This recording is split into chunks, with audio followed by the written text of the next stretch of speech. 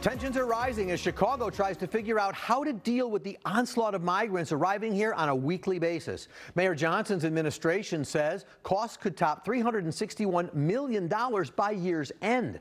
Nearly 2,000 migrants are still living at police stations, with hundreds more staying at O'Hare Airport. 36 new buses arriving since last week. There are 21 brick-and-mortar shelters currently in use, but it's not enough. The city's planning to prop up these so-called base camps, but many have raised concerns about the deal, including Governor J.B. Pritzker.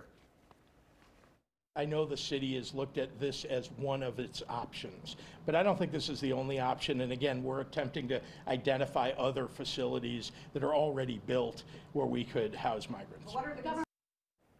The city is using an existing state contract to get these base camps built. Their goal is to eventually shift staffing to local organizations, though officials acknowledge that process often moves pretty slow. Progressive Council leaders have expressed frustration with the current situation. Every other level of government, every other town, every other place that says that they too are a sanctuary, it's time for you to step up to the same level as the city of Chicago. It is time for J.B. Pritzker to live up to his promises and his words. The governor's office says the state has provided $330 million for migrant assistance. Everyone has agreed they want the federal government to step up with both more money and policies that could help get migrants on their feet faster. Karina Ayala Bermejo is the president and CEO of Instituto del Progreso Latino. They're part of the Illinois Latino Agenda. They've been helping with new arrivals. Karina, thanks for being with me. Good morning. Good morning. Thank you, Paul. So you recently met with the governor's office. It's so important to talk to you. Can you tell us what you learned from those meetings? What's in the pipeline in terms of resources and priorities? Listen, I think we all know that it will take a coordinated effort, inclusive of all individuals, the city, the state, and the federal government. We know that the federal government has not done enough. And in order to be able to fully address the issue with the expediency that it deserves, with the human dignity and respect that it deserves, it's going to take everyone.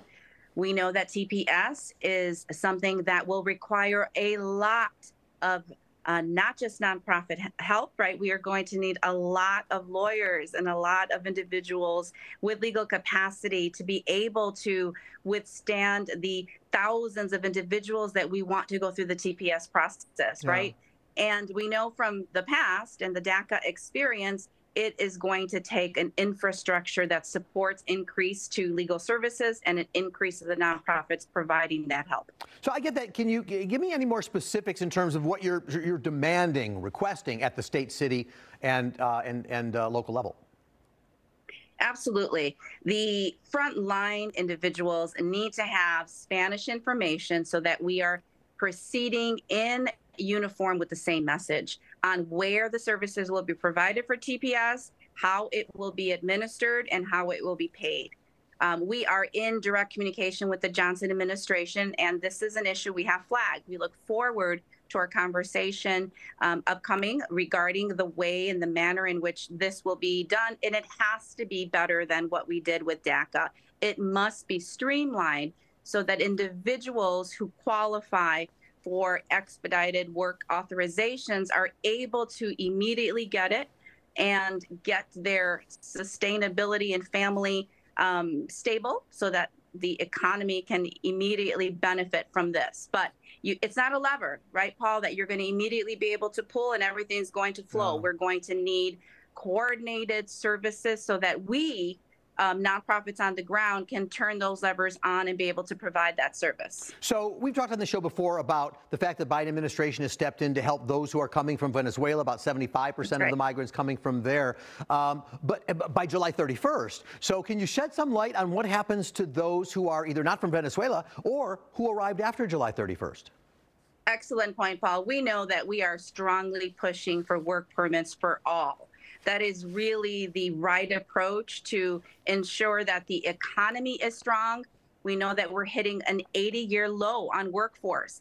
And this is an opportunity to seize the moment and to be able to give all individuals who are undocumented, for starters, but then those individuals who have arrived after that July 31st deadline, so that we can take this moment in history and turn it around in a way that we are strengthening the economy immediately and be able to address the humanitarian crisis as well.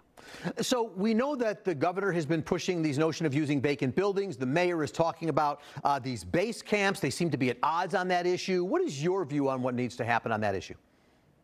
Listen, I think that the approach of doing something now so that we're ready for winter is always the approach that we must take, right? We know that we cannot start thinking of a solution when the cold hits. So having winterized base camps is an option, as the governor has stated. And I know that with the approach, because we have the right deputy governor, yes, and deputy mayor in place that have the alignment of the heart and the love, and they're leading with love, that it can be doable. But I think as we progress in this search, it's going to take everyone to be able to provide the nonprofit assistance that if it is a winterized base camp, that we're providing the wraparound services that are going to be needed to be able to really strengthen families.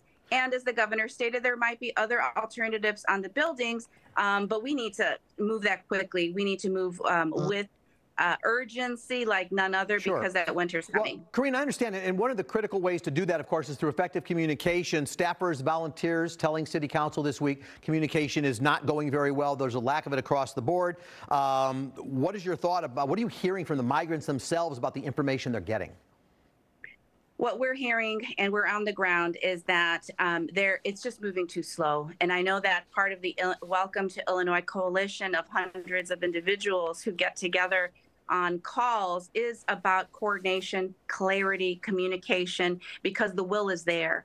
And I think we're getting there. We, again, have the right individuals leading. We just need to keep each other in communication and be able to really help with the expediency of what we need to do and support those of us on the ground. So before I lose you, this is very important. It's not just about housing, it's clothing, it's food, it's medical, it's schooling, it's jobs. And your organization is helping to manage the city's Amazon wish list for migrants, toiletries, toothbrushes, basic clothing, shoes. We're going to put the link up online so people can see it. But is that the best way for people to help who want to help? For now, it's the easiest way for you to help. The Amazon link is very clear. It is really responsive to the needs of the shelters. And we know that the number one thing we have to hurry up and get ready for are the winter gear. So I would encourage you to do that, but also be ready for what could be an evolution of volunteers. That's also on the city's website. We will need your help. We absolutely will need those individuals who can be trained up to help us with legal screenings and to be able to do TPS applications. So you'll be able to find that online as well. All right. Thank you so much. Karina Ayala Bermejo, thank you so much for this information. We'll stay in touch with you on this. You obviously have the pulse of what's going on the ground. We appreciate your time. Thank you. Have a good Sunday. Thank you. Appreciate you. Still to come this half hour on WGN-TV Political Report, Republican presidential hopefuls go on the attack during the second debate. Will the field get smaller before the first votes are taken? We're going to talk about it next when we come back. Stay with us.